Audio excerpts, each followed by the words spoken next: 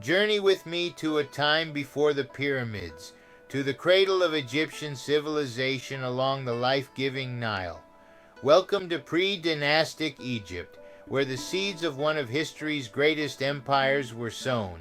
This era, spanning from around 6000 to 3150 BCE, laid the foundation for the grandeur of the pharaohs. The Nile River, with its fertile banks and predictable flooding, was the lifeblood of these early communities, providing sustenance and enabling the growth of settlements. It was here, in this rich and diverse landscape, that the cultural and technological advancements began to take shape, setting the stage for the monumental achievements of ancient Egypt. Around 5000 BCE, in the fertile Nile Delta, the first settled communities emerged. These early inhabitants lived in small clusters of mud brick houses, cultivated crops, and used simple tools made of stone and bone. Archaeological findings such as pottery shards and farming implements provide valuable insights into their daily lives and agricultural practices, marking the beginning of a remarkable journey that would culminate in the glory of ancient Egypt. At Meremde Beni Salama, one of the earliest known Neolithic sites in Egypt, discovered in the early 20th century, extensive excavations have revealed a wealth of information. We find evidence of a thriving agricultural society, with small mud brick houses clustered together, their inhabitants tending to cattle, sheep, and goats. These early farmers cultivated wheat and barley, transforming the lush Nile Valley into a breadbasket that would sustain Egyptian civilization for millennia to come. Among the artifacts found were simple tools of flint and bone, as well as pottery shards that indicate a shift towards settled life. The significance of these findings lies in understanding the transition from nomadic to settled life, marking the dawn of a new era in human history. As we move south along the Nile, we encounter the Badarian culture, flourishing between 4500 and 4000 BCE. The Badarians were known for their advanced social structure, with evidence of a stratified society. They practiced elaborate burial rituals, often burying their dead with pottery, tools, and personal items. Notably, the Badarians engaged in trade with neighboring cultures, exchanging goods like beads and shells. Their achievements in agriculture and craftsmanship laid the foundation for future Egyptian civilizations.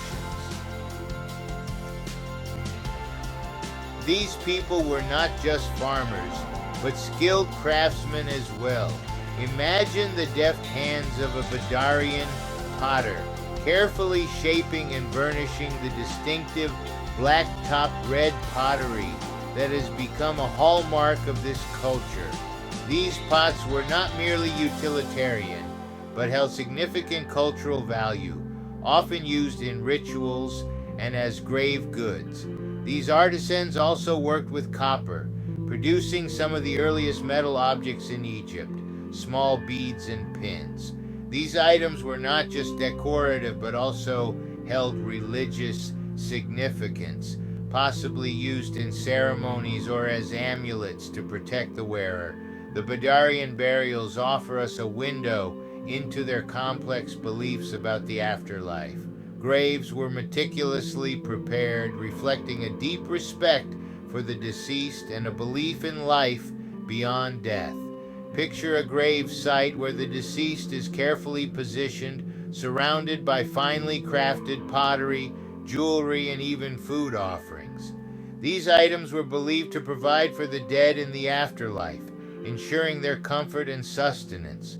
These practices suggest a belief in an afterlife and the need to provide for the dead, ideas that would evolve into the elaborate funerary customs of dynastic Egypt. The craftsmanship and the artifacts found in these graves reflect the Badarian people's religious and cultural values, highlighting their sophisticated understanding of life, death, and the beyond. As we move forward in time, we come to the Naqada culture, which emerged around 4000 BCE. This period saw remarkable advancements in pottery, metallurgy, and trade that would shape the course of Egyptian history. The Naqada people were skilled potters, creating beautifully decorated ceramics. They also made significant strides in metallurgy, producing tools and ornaments from copper. Trade flourished, connecting them with distant regions. Significant archaeological sites like Naqada itself and Hierakonpolis have provided invaluable insights into this influential culture. In Naqada, also known as the Amratian period, we see the beginnings of long-distance trade. Imagine caravans traversing the desert, bringing lapis lazuli from far-off Afghanistan and obsidian from distant Ethiopia. These exotic materials speak of a society increasingly connected to the wider world. Other traded goods included pottery, beads, and tools transported along the Nile River and overland routes. Trade fostered economic growth and cultural exchange, leading to the development of more complex social structures. It also supported agricultural advancements by providing access to new resources. Thus, trade was instrumental in shaping early Egyptian society and economy, connecting it to a broader, interconnected world. But it's in Naqada II, or the Gurzian period, that we truly see the seeds of pharaonic Egypt being sown. Around 3500 BCE, the first cities begin to rise along the Nile. Abydos, Naqada, and Hierakonpolis emerge as powerful centers, not just large villages, but true urban settlements with complex social hierarchies. These cities featured well-planned layouts with distinct residential, administrative, and ceremonial areas. Streets and pathways connected various parts of the city, facilitating trade and communication. Economic activities flourished, with markets and workshops bustling with artisans, traders, and farmers. Socially, these urban centers were stratified, with elites overseeing governance and religious activities, while commoners engaged in daily labor and trade. Let's pause for a moment in Hierakonpolis, the city of the Falcon. Here, archaeologists have uncovered evidence of large-scale food production that boggles the mind. Imagine vast brewing facilities capable of producing enough beer to serve hundreds, if not thousands, of people. This isn't just about quenching thirst, it's a sign of social complexity, of a society capable of organizing labor on a grand scale. The rulers of Hierakonpolis, whoever they were, wielded significant power and influence. Hierakonpolis was not just a center of production, but also a hub of craftsmanship and trade. The city held great religious significance, with the falcon god Horus being a central figure in their worship. In the broader context of Predynastic Egypt, Hierakonpolis played a crucial role in the unification of Upper and Lower Egypt. Notable figures like the Scorpion King and Narmer, who are believed to have been rulers here, were instrumental in the early formation of the Egyptian state.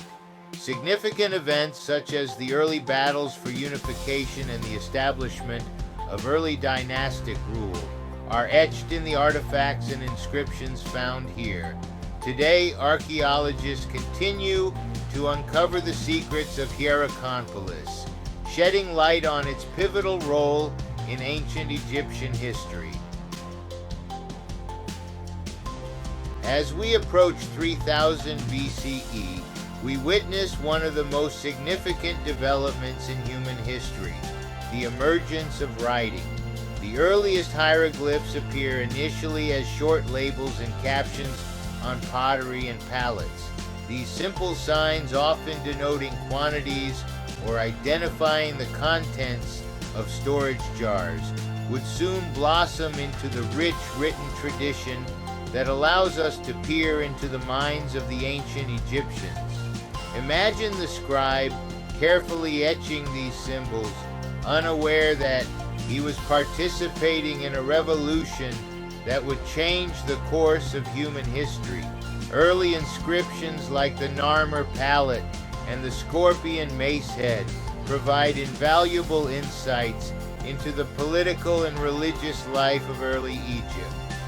These inscriptions were not just for record keeping, they played a crucial role in administration, documenting everything from agricultural yields to royal decrees.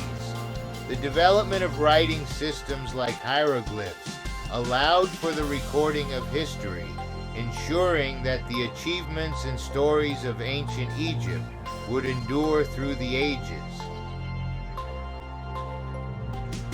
But life in pre-dynastic Egypt wasn't confined to the fertile Nile Valley. Venture into the eastern desert, and you'll find thousands of rock drawings scattered across the landscape. These images depicting boats, animals, and human figures tell the story of a land teeming with life beyond the river's banks. The artists used simple tools to etch their stories into the stone, employing techniques like pecking, incising, and abrading. Themes range from daily life and hunting scenes to ceremonial and symbolic representations reflecting the rich cultural tapestry of the time. They speak of nomads and hunters, of a people intimately connected to their harsh but beautiful environment. Picture a group of hunters pausing in their pursuit of game to carve images of their prey into the rock face, a moment frozen in time for millennia. These artworks hold immense cultural and historical significance, offering insights into the beliefs, practices, and daily lives of pre-dynastic Egyptians.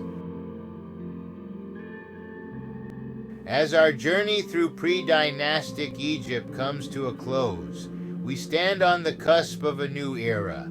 The separate cultures of Upper and Lower Egypt are beginning to merge, driven by both political alliances and social integration. The iconic symbols of pharaonic power, the double crown, the mace, the royal kilt, are taking shape, symbolizing the unification of the two lands.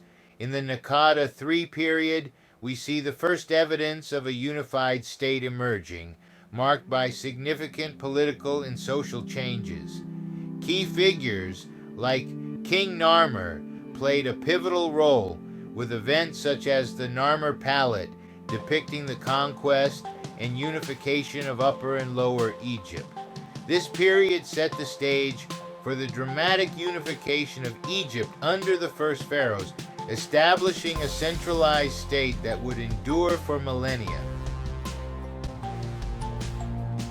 From humble beginnings in small agricultural communities to the threshold of one of the world's great civilizations, pre-dynastic Egypt tells a story of human ingenuity, cultural evolution, and the power of the Nile to shape a nation.